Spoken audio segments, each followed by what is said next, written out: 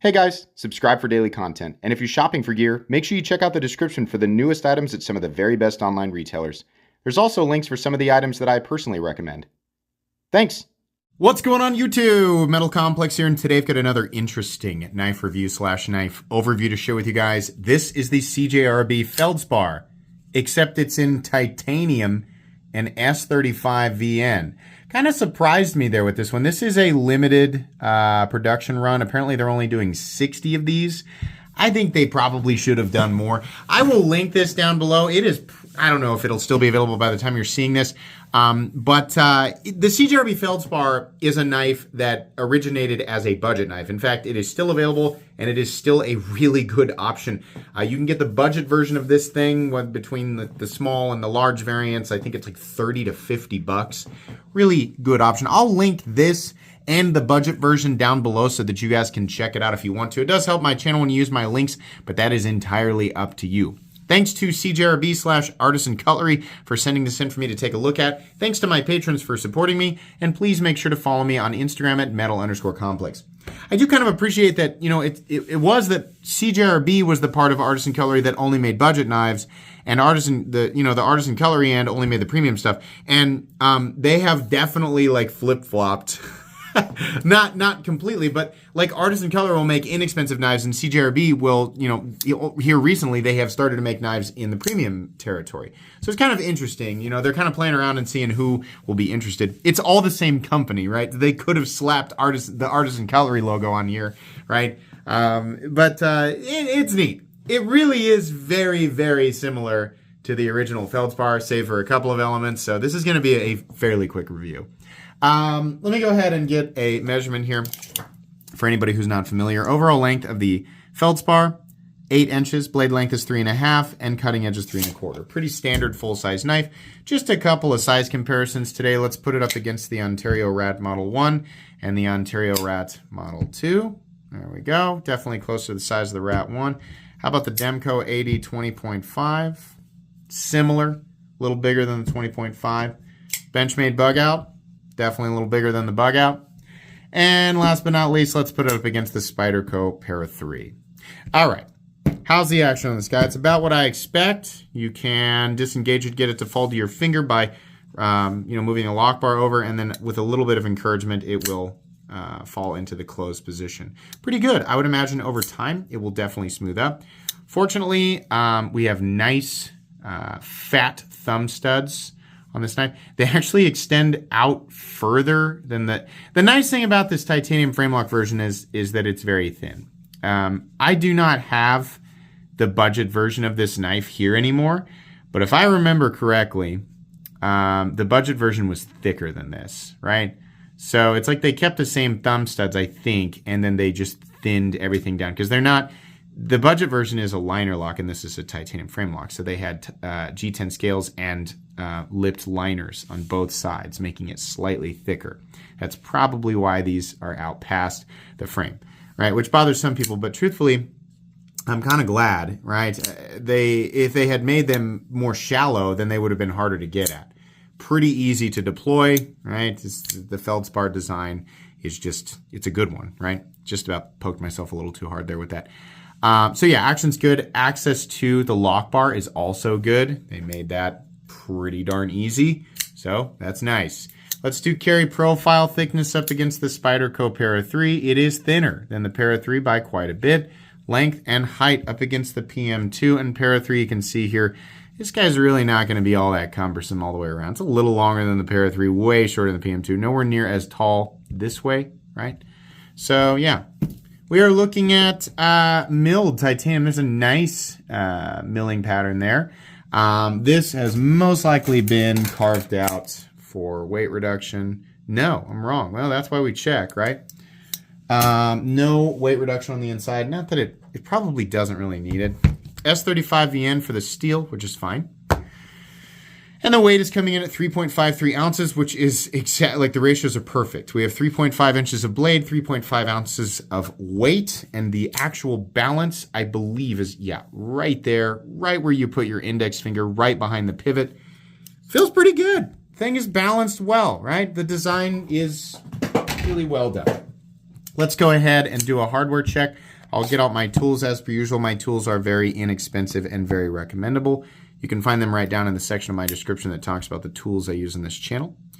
We have a T8 pivot, and then we still have T6 body screws, which, yeah, it's kind of a bummer, but minimal hardware, just a couple of screws on each side, so should be pretty easy to take apart. As long as you have quality tools and a place to put your hardware, you should be good to go. Let's go ahead and measure blade stock thickness. I think these are all, I mean, essentially, it's all the same specs except for the scale, the overall scale thickness, and the fact that this is a titanium frame lock. But we'll check. Sometimes blade stock thicknesses vary, right? I don't remember what the budget Feldspar is, but this guy's 125 thousandths on the spine. So there you go. All right, you can get this in two flavors. You can get all black with the brass. At least it looks brass. I think that's a brass pivot collar. All black with a brass pivot collar, or you can get it in all gray, right? So we have like the all titanium look with the, I think it's the same color pivot collar. That's probably a safe move, right? It would have been cool if they had a bunch of different, colors. I honestly think that they should have made more. 60 is a weird cutoff, right? Would have been cool if they did like, 100, 120, and like had some weird colors, right? But it's just like me wanting things. That's the thing. It's like, should I say that they should have done that if I wouldn't have really cared? I don't know. I think it would have been appealing to some people. It was just like, this is a flagship CJRB model. So it was a little odd to me that they only offered it in tie or like just plain tie or black, but okay, right? That's safe. People generally are okay with one or the other if they can't have color and they prefer color. So that's fine. This is largely, it's the Feldspar, right? I mean, what feels different is that it feels a little bit thinner. It's like I say with many titanium frame locks, I would have preferred that it was solid tie on both sides and we had an inset liner lock. I think that would have really been great, but that's not what we got here. And truthfully, even with it being an exposed frame lock, it is very easy to manipulate and it does exactly what you would expect it to do.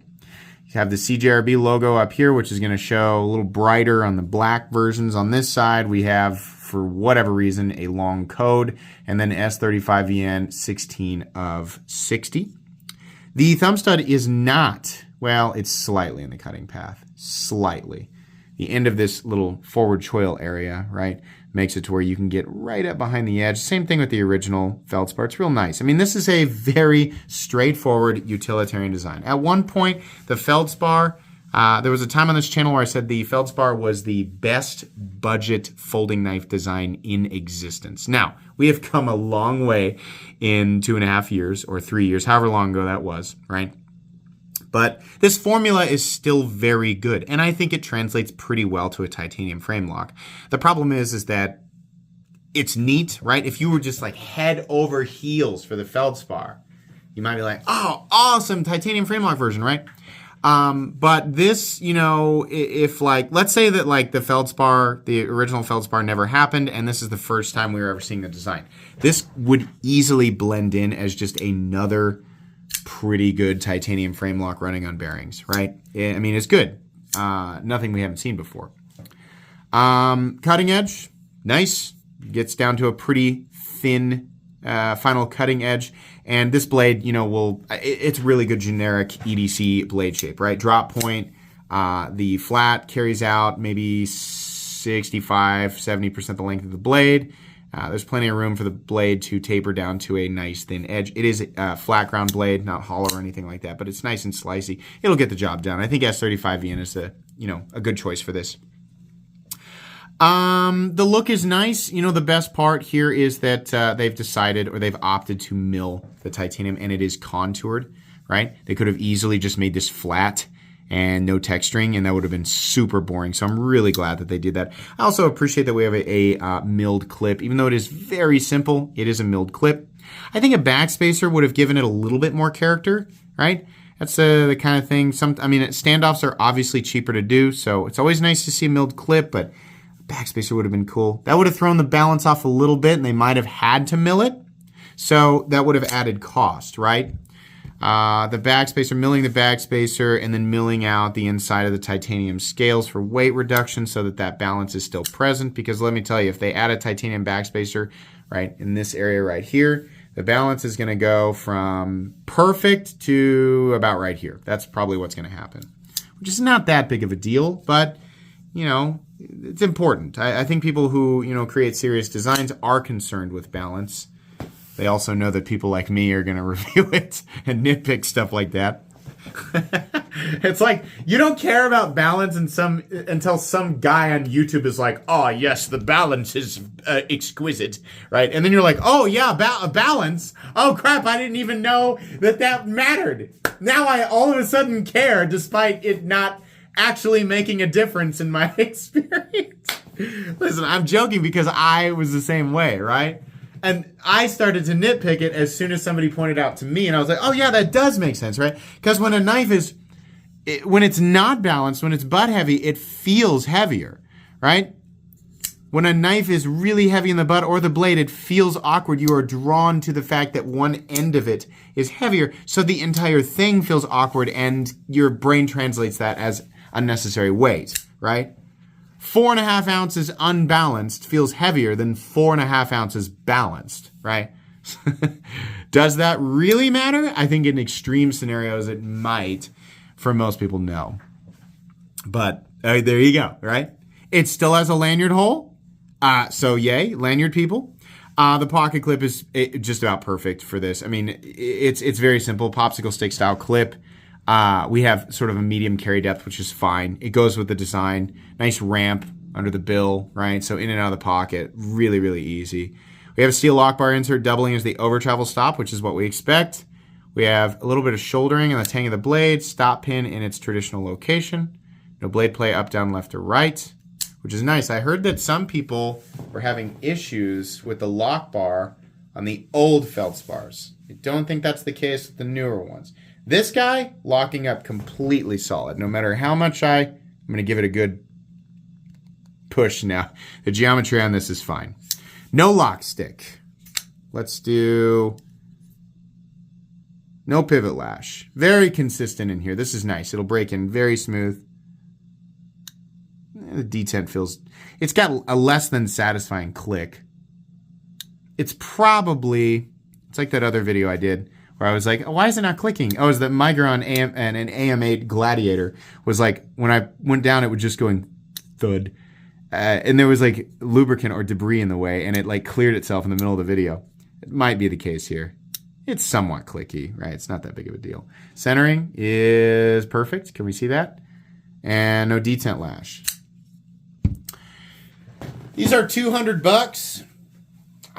It doesn't blow me away, but it's not unfair, right? A lot of people say for $200 it should be 20 CV because 20 CV is universally better, and I'm not actually considering what I'm going to do with the steel. I just want it to be 20 CV.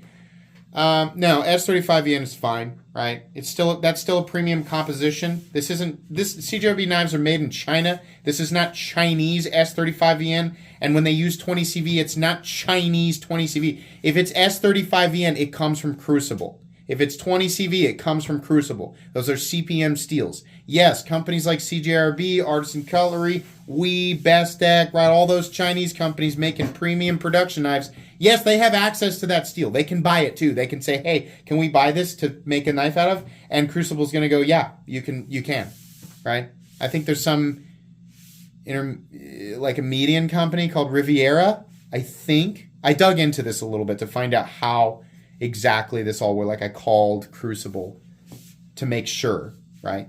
And they're like, yeah, we sell, I think, it might not work this way. They sell to Riviera, and Riviera acts as the median company that distributes out to some of these, not everybody, but some of these companies that we're talking about. Anyways, yeah, it's S35VN, right? It's the same S35VN. Like if Rick Hinderer produces an XM18 in S35VN, it is the same S35VN that you're seeing here on this knife. How it is heat treated, right? That depends on who's heat treating it. CJRB is heat treating this stuff. Usually they're hitting 5961. S35VN, much like M390, should probably be 60 or above. These coated blades, they probably bring it down a little bit more. I don't know. $200 is okay. Doesn't blow me away. The Feldspar is just, it's seen its time. It's had its 15 minutes of fame. It is a good design. People who love this and are just like, oh my gosh, the Feldspar as a titanium frame lock, I gotta have it. You're gonna be happy with this. It's made well, right? The price is reasonable. It's a limited run, which is kind of a, it's like, like, I don't know. It's okay. To me, this is just kind of a whatever. Like, it's neat. It's a good knife, right? I'm not gonna tell people like oh my gosh, you gotta get in line. You're gonna need to fight people in that line to make sure that you get up to the front and get one before they're sold out, right?